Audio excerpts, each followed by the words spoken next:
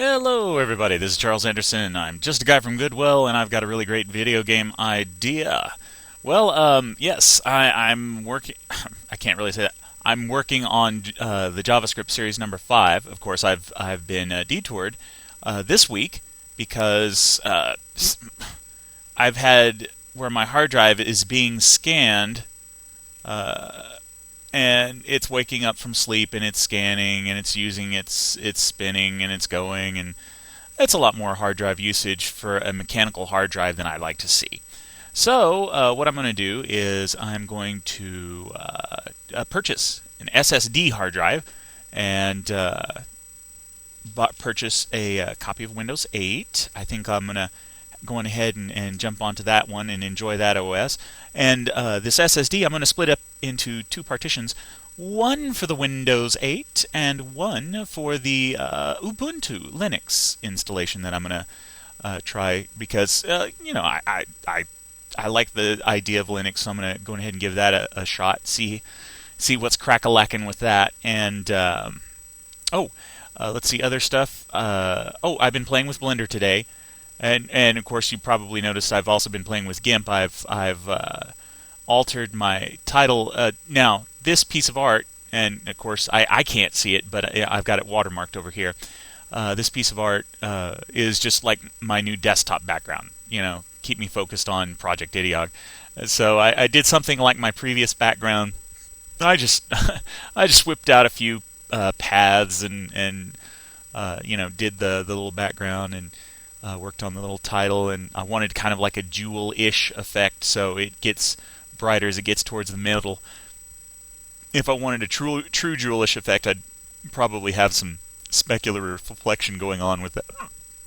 With that. Oh goodness, I've got hiccups now.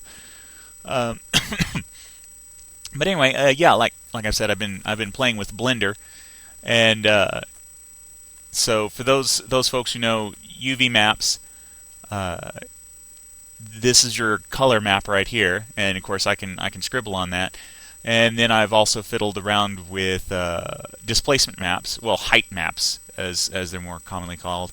And what's really cool about Blender is that you can just fiddle with this stuff while in the editor. Of course, the brush work and a lot of the algorithms used, you can still port it out, and you'll get this little grid right here.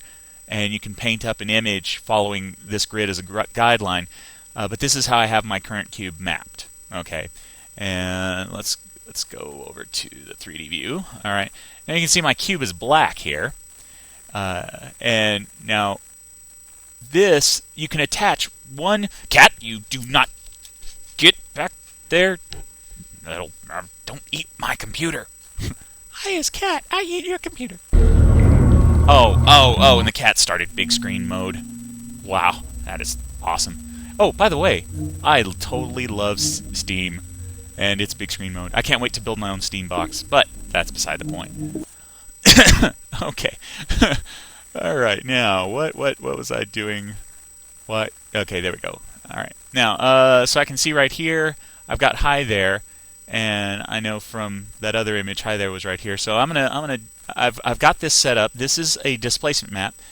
My base is going to be black, and so what I'll do is I will take like some light gray.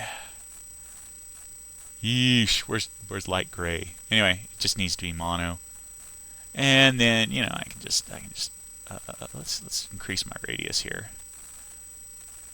A little too big. About 20. Yeah. All right, and now I know where my camera is for my rendering. So my camera's right there, and I know that my hi there, which is right here, is in here. So all I got to do is just brighten this up a little bit.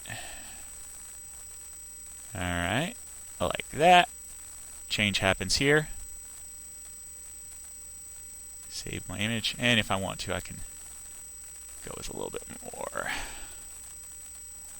Alright, and save it again. Alright, so now I head over to render, and bada boop, there it is. I've displaced my map. Of course, I can Yeah, so it actually has an edge to it. If I wanted to extend an edge, I can. Yeah, why not? I'll do that. So I head back to my 3D view. Yeah, let's make this like way bright. I want it to really stand out. Woo. Oh yeah, that's gonna really stand out. And you know what? Because I have a box, I'm just gonna. There we go. And I like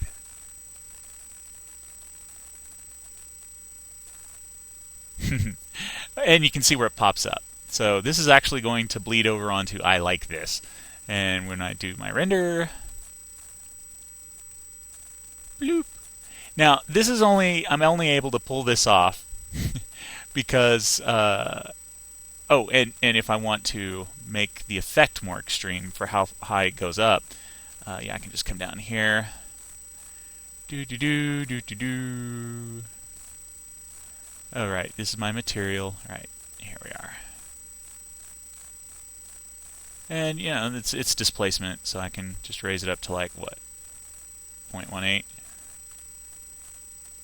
And now when I render it, yeah, it's more extravagant. Now the reason that I have this weird little effect right here is it keys off of gray. So if I really wanted it to look accurate, I would paint this whole gray.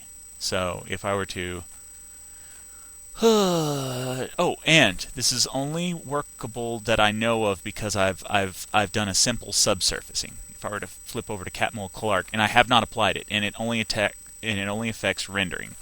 So when I go over here and render, yeah, because I got a few dots of white in there. But yeah,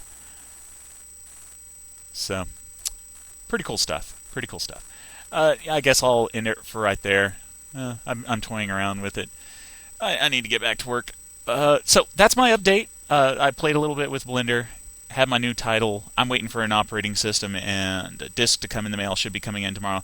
I've also got like a community garden project that I'm going to be proposing to the City Hall town meeting. So fun stuff. And I just need to get on with my. Ooh, there was some other one. I'll leave that for a later update. Okay. Some of the cool stuff when I actually start breaking into JMonkey Engine. So, all right, y'all have fun. I will catch y'all later. Sorry about the delay on the updates. I've been busy-ish. More like my computer has been busier. So, all right, y'all have a good one.